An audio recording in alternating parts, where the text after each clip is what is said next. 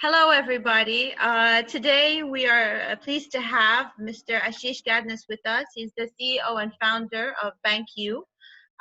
Unlock interviewed Ashish both on a written interview, and now we're doing a video piece that will go with the interview, as well as be part of the on the social media and overall big piece. So Ashish, I'm very happy to have you with us today. For those who still haven't heard of Banqu, could you give me a small, intro on what you created, what you've developed? Absolutely. First of all, thank you for having me. I really appreciate the opportunity.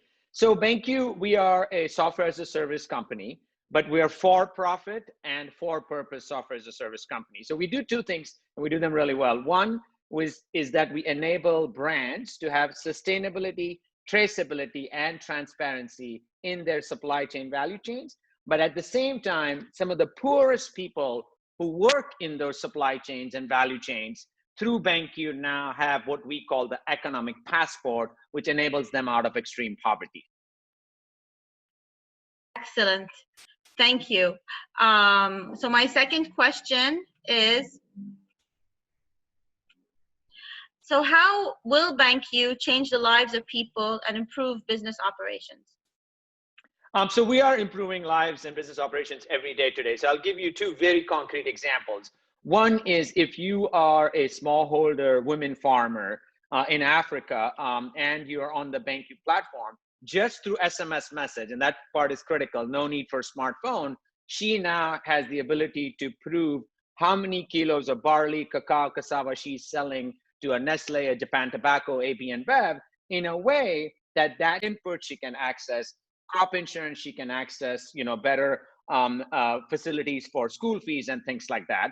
Or on the other end of the spectrum, if you're a recycler on the streets of Colombia, for example, or Zambia, today nobody recognizes you because even though you pick up the bottles and the paper and the plastic, people just don't look at you. Now with Banqu, we've proven over the last couple of years that not only that waste picker prove that, hey, I pick up the bottles that make it into recycling and returnables, which helps the environment, but at the same time also helps the brand. So at a very fundamental level, we have kind of changed the thinking around people in poverty being invisible to people in poverty now being not only visible, but they can prove their existence in the supply chain. And at the company level, right, they now benefit because they have a supply chain that's not only traceable, transparent, sustainable, but now it has equity in it. It's equal so that they can meet their sustainable development goals. Thank you, Ashish. That's such a wonderful way of, using technology to help both companies and workers all over the world. So, Unlock is focused on the MENA region. What projects are you currently working on in the MENA region? And what future projects do you think you'd be interested in? Yes, so we've always looked at the MENA region as a great opportunity to kind of grow our work, and we were extremely fortunate in April this year during the pandemic that we started working with the Islamic Development Bank. And one of the fascinating things about that was their leadership, Dr. Hajar, they had the courage to say, hey, we are now going to enable funding and supplies for the MENA region for COVID, but we want full transparency. We want full traceability, and we want to ensure that a clinic in Ghana or Mali or Pakistan gets the gloves, they gets the mask.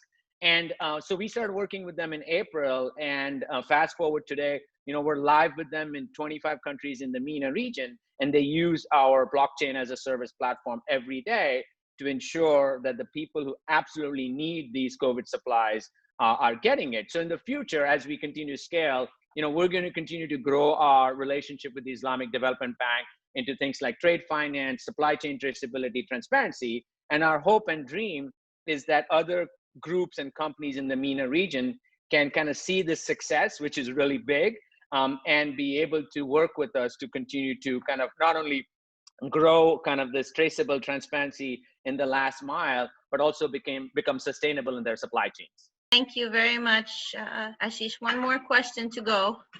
No, two more actually. So you're not the only supply chain platform, that's been developed on blockchain. And this breeds the question as to what makes Banqu so unique.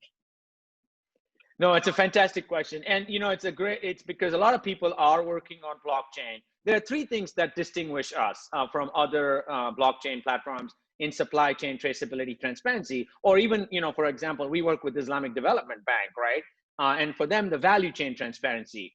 So the first key differentiator is that we run a blockchain as a service in the software as a service mode, but we don't actually monetize the cryptocurrency. And here's why, right? Because if you're a mother on the Congo-Zambia border, or if you are a mother in Mali that's going to receive, payment for her crops, you need the local currency. So what are you going to do with the cryptocurrency? Because someday they will, but not today. So that's one distinction. All our payment mechanisms are local currency. We're fully integrated with mobile money. Any bank that wants to integrate with us, we have an open API. So that's number one. Number two is that, we're not a pilot or we're not a proof of concept, because today we're live in 41 countries. We have almost 600,000 people in the last mile, first mile on our network. So that's our big differentiator, because, we are a scalable model. It's being used for such a long time.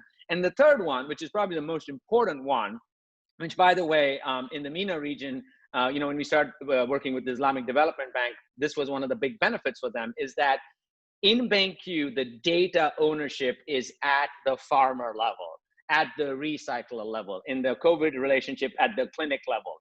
And that's a key piece, because everybody else who's working in the blockchain space will have some sort of a backend database, and then they use blockchain. And in our mind, that kind of defeats the purpose, right? Our belief is that economic passport at the farmer level, at the health worker level, or the bank level, the country level, they should have the ability to own their data, access their data, monetize their data, and permission their data. And we do that. And by the way, our patent just got approved. So those are the three major differentiators. And then one quick other small one is because our interface is so simple, in the sense that in the last mile, first mile, we don't have an interface. Now you can if you have a smartphone, but if you are a waste picker or you're a farmer in Ghana picking up cacao and you just have an SMS phone, there's no reason why you should be left out of the global economy. So we deliver everything via SMS. So that's another advantage. Thank you very much, Ashish. And my last question, you've been successful with other startups. You've retired and then come back to do Banqu. How do you see the future of Banqu? So, for me, the future of Banqu really is very basic, which is that we live in a very disparate world today.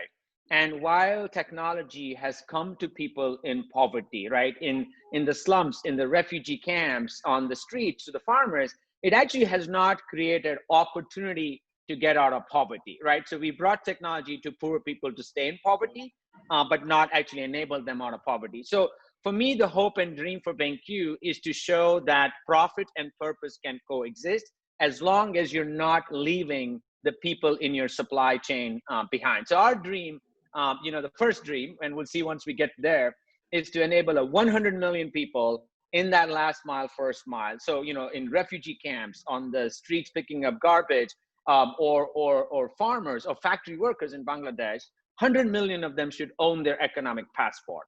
And we want to be $100 million successful, profitable company. And I think it's a new way that nobody has done. And thank God we're now able to prove that we can do it. So that's our dream.